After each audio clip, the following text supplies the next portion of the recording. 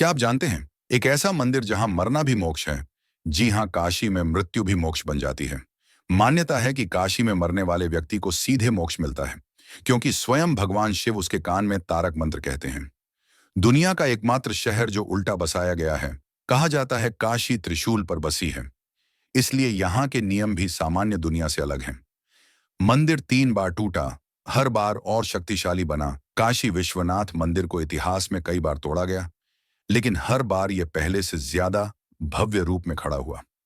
औरंगजेब भी शिवलिंग को नष्ट नहीं कर सका। इतिहासकार मानते हैं कि शिवलिंग को बचाने के लिए उसे गंगा में छिपा दिया गया था। गंगा यहाँ उल्टी बहती है। काशी में गंगा नदी दक्षिण से उत्तर की ओर बहती है, जो बहुत दुर्लभ माना जाता है।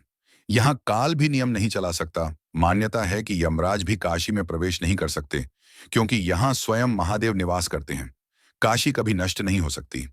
शास्त्रों के अनुसार प्रलय के समय भी काशी सुरक्षित रहती है, इसलिए इसे अविनाशी नगरी कहा जाता है।